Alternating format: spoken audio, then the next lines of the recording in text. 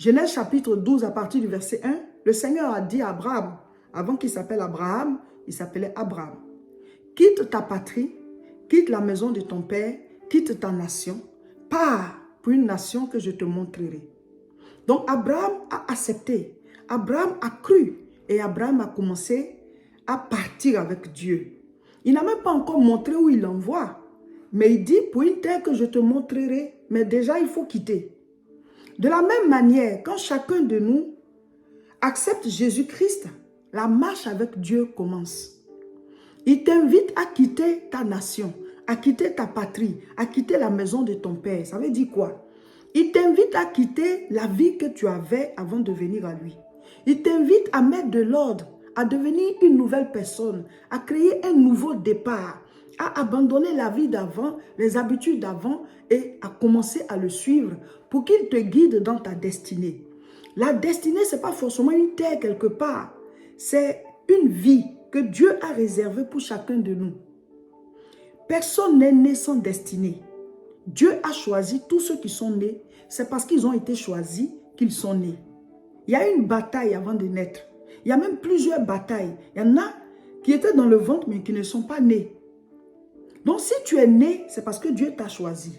Si tu as grandi jusqu'à avoir cet âge que tu as, c'est parce que Dieu t'a choisi. Si tu es encore en vie, c'est parce qu'il t'a choisi. Donc chacun de nous est un choisi de Dieu. Mais maintenant, ce n'est pas tout le monde qui se souvient de ce Dieu pour le chercher. Ce n'est pas tout le monde qui accepte de lui obéir. Il t'a donné la vie, mais il te demande de lui donner la permission de diriger cette vie-là dans la direction que lui veut. Est-ce que vraiment le Seigneur peut compter sur moi comme quelqu'un qui a quitté sa patrie? On ne dit pas de renoncer à nos parents, de les renier et qu'on n'a plus de famille. Ce n'est pas de ça qu'il s'agit. Le Seigneur veut faire un nouveau départ. Tu dois naître de nouveau. Tu dois devenir une nouvelle personne. Sinon, c'est lui-même Dieu qui dit « Honore ton père et ta mère ». Ce n'est pas qu'on renie nos parents, nos familles, non. Mais c'est un nouveau départ par rapport à tes habitudes.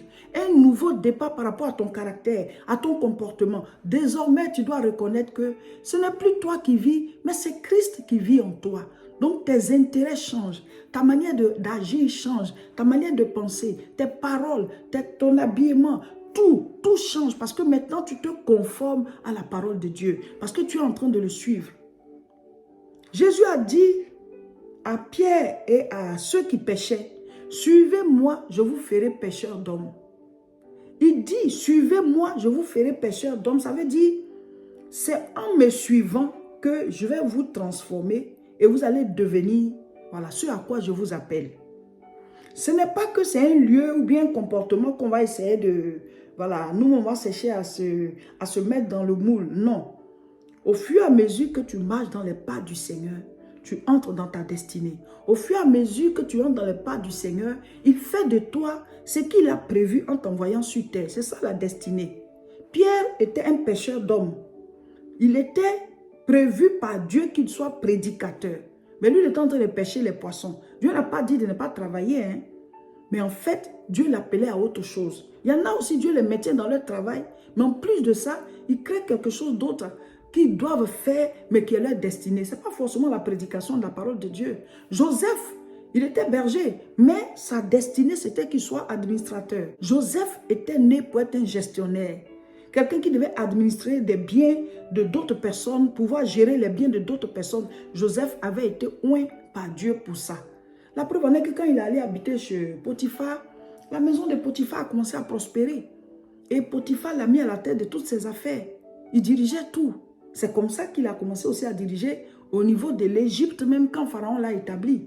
Donc l'appel de Joseph, sa destinée, c'était que lui devait faire ça. On n'est pas tous appelés à être pasteur, prédicateur. Mais c'est quand tu es en contact avec Dieu, au fur et à mesure que tu le suis, il te transforme. Et puis tu accomplis ce pourquoi il t'avait envoyé sur terre. Mes frères, mes soeurs, le plus important, c'est notre communion avec Dieu. Toute chose va passer, mais Dieu est éternel. Toute chose va passer, mais Dieu est éternel. Sa parole ne prend pas de fin. Il est le commencement lui-même et il est la fin. Et dans sa parole, il y a la vie. Et c'est cette vie-là, on l'appelle la vie éternelle. Dans sa parole, il y a la vie. Pas n'importe quelle vie, mais la vie éternelle. L'alliance que Dieu a tissée avec Abraham n'était pas une alliance dans le temps. C'était une alliance éternelle. Abraham a eu la prospérité sur la terre. Il a vécu avec Dieu. Il a marché dans les voies du Seigneur. Et quand il a quitté la terre, le paradis même porte son nom, le Saint d'Abraham. C'est la même chose que le Seigneur veut accorder à chacun de nous. Avoir une destinée sur la terre et ça va se répertorier jusque dans la vie éternelle. C'est-à-dire là-bas aussi avoir une récompense.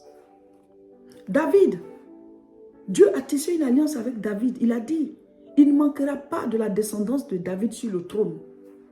Ça veut dire que celui qui va régner au siècle des siècles en tant que roi, il sera de la descendance de David. Mes frères, mes sœurs, je veux vous communiquer la passion de chercher Dieu. Je veux vous communiquer d'avoir de l'amour pour Dieu. Moi-même, je n'en ai même pas encore suffisamment. Je n'en ai même pas encore suffisamment. Que vous deveniez des hommes et des femmes qui cherchent Dieu. Dans notre génération ici. Parce qu'à chaque époque, Dieu cherche des hommes et des femmes qui décident de dire, Seigneur, je marche pour toi. Des gens sur qui il peut compter pour notre temps. Dieu cherche. Dieu veut que tu fasses ta percée avec lui. Et ça se passe comment? C'est que toi, tu décides d'appliquer les lois de Dieu dans ta vie. Que tu décides d'appliquer les lois de Dieu dans ta vie. Parce qu'ils ne sont pas nombreux ceux qui le décident. Beaucoup disent qu'ils sont chrétiens, mais ils ne veulent pas marcher selon les lois de Dieu. Or, le Saint-Esprit ne peut pas être avec toi si tu ne marches pas selon les lois de Dieu. Ou alors, il est là, mais tu l'attristes. Jusqu'à un certain moment, il te quitte. Il est au restreint. Parce que nous, on veut gérer nos vies, on veut faire ce qu'on pense, on veut faire ce qu'on veut. Et souvent, ça ne plaît pas à Dieu. Et il te dit, non, je ne te veux pas comme ça, je te veux comme ceci. Je ne veux pas que tu parles comme ça, je veux que tu parles comme ceci. Je ne veux pas que tu manges comme ça, je veux que tu manges comme ceci. Je ne veux pas que tu ailles à tel endroit, je veux que tu ailles à d'autres endroits. Dieu veut discipliner ta vie, veut la diriger dans son sens à lui. Mais nous luttons avec lui. Donc ça fait qu'on perd le temps et puis on n'accomplit pas même la destinée pour laquelle on est sur terre. Et puis après on part sans avoir vraiment achevé la symphonie, sans avoir vraiment achevé la mélodie. Mes frères, mes soeurs, je vais vous communiquer la passion d'aimer Dieu. Aimer Dieu, c'est garder ses commandements. Aimer Dieu, c'est avoir une relation avec lui par la vie de prière. Aimer Dieu, c'est vivre en fonction de sa parole. Maintenant, quand tu fais tout ça, ta vie n'est plus simplement physique. Tu as un côté spirituel, mais ce n'est pas toi. En fait, Dieu est avec toi de manière surnaturelle. Donc, ce qui, par exemple, bloque les autres, toi, ce n'est pas que tu fais des efforts. Ça devient un rayonnement qui est sur toi. Il dit, il y a des choses que l'œil n'a point vues, que l'oreille n'a point entendues, qui ne sont même pas montées au cœur de l'homme, mais qu'il a mis en réserve pour ceux qui vont prouver qu'il l'aime, lui Dieu. Ceux qui vont prouver que moi je t'aime, Seigneur. Alors ces portes-là s'ouvrent. Quand on dit portes, élevez vos linteaux.